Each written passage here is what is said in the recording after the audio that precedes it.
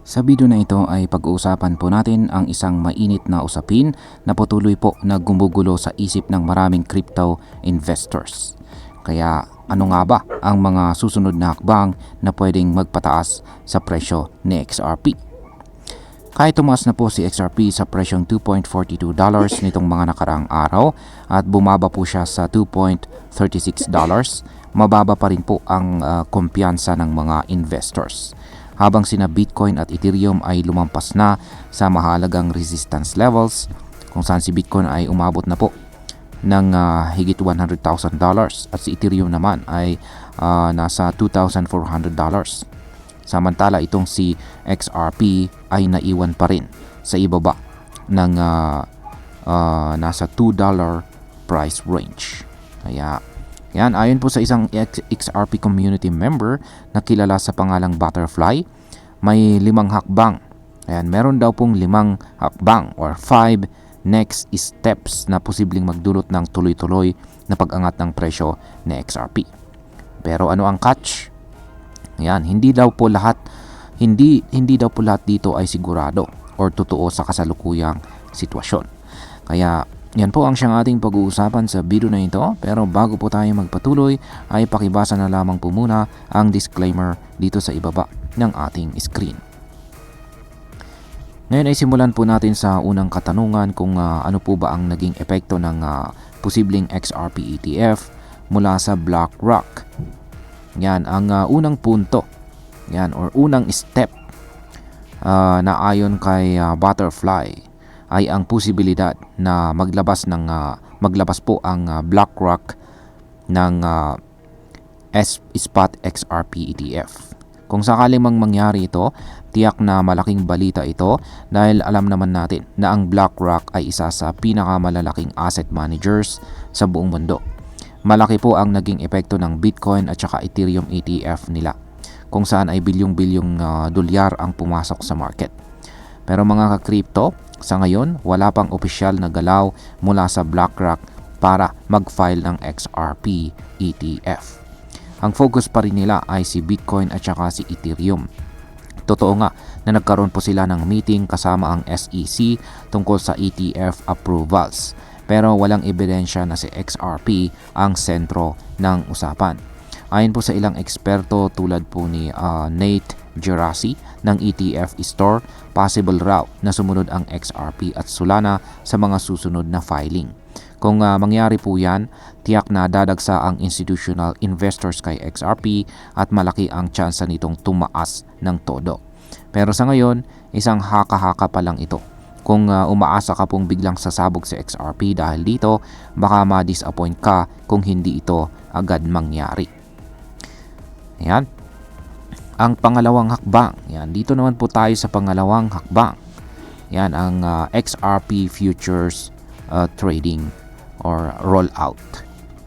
Ayan. Sa puntong ito, yan, may katotohanan po ang sinabi ni Butterfly. Noong April 2025, inilaunch na ni Coinbase ang XRP futures. At ngayong May naman ay susunod na ang CME Group, isa sa pinakamalalaking futures exchanges sa mundo. At bakit po ito mahalaga? Yan, simple lamang. Ang futures trading ay nagbibigay po ng liquidity or mas active na galaw ng pera sa market.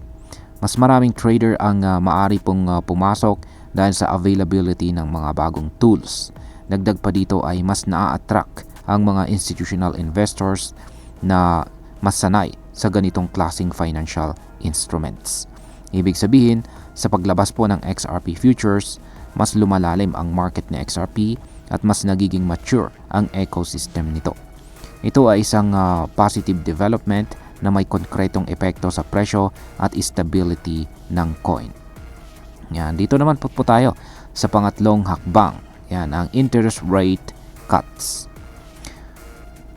Ayan, ang pangatlong hakbang na ito ay ang posibilidad na babaan po ng gobyerno ng US ang interest rates. Ayon po kay Butterfly, ito raw ay malaking tulong sa presyo ni XRP. Pero teka lang mga ka-crypto, mali ang pagkakaintindi niya kung sino talaga ang may hawak ng desisyon dito. Ang Federal Reserve ang may control sa interest rates, hindi po ang US Treasury. Sa ngayon may usap-usapan na bababa nga ito sa bandang July, pero wala pang final decision. Kung sakaling bumaba nga ang interest rates, magandang balita ito para sa crypto market sa kabuuan. At bakit? Yan, kasi kung mababa ang kita sa mga traditional na investments tulad ng bonds, mas magiging attractive ang mas risky pero mataas ang potential gains tulad ni XRP.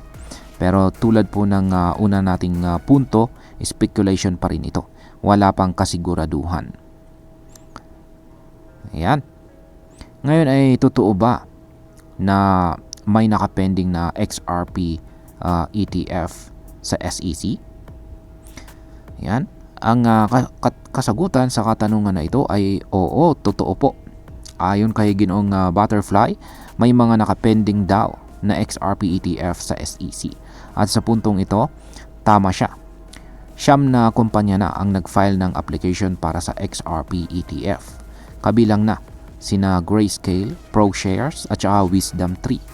Ang problema lang, wala pa rin naaprubahan hanggang ngayon. In-extend pa nga ng SEC ang review ng application ng Franklin Templeton. Kaya malabong mangyari po ang approval sa mga susunod na buwan. Pero may good news din. Ang bagong chairman ng SEC ay mas crypto-friendly daw, kaya mas mataas ang tsansa ng approval. Pero ayon pa sa mga analyst, baka abutin pa ng dulo ng 2025 bago natin makita ang desisyong ito. Yan. Ngayon ay ano naman ang ibig sabihin ng ISO 222 at ano ang kaugnayan nito kay XRP. Yan, ito po ang pinakahuling punto ni Butterfly kung saan ay tungkol sa isang ISO conversion na gaganapin daw sa buwan ng November. Ayon po sa kanya, ito raw ay makakaapekto sa presyo ni XRP. Pero mga ka-crypto, hindi po ito totoo. Yan, ang ISO 222 ay isang messaging standard na ginagamit ng mga financial institutions para sa mas malinaw at mabilis na komunikasyon ng financial data. Si Ripple, ang kumpanyang nasa likod ng XRP, ay compliant po sa ISO 222. Pero wala namang conversion event na naka-schedule. Ibig pong sabihin ay wala itong direktang epekto sa presyo ni XRP sa ngayon. Isa lamang po itong technical na standard at hindi po siya price driver.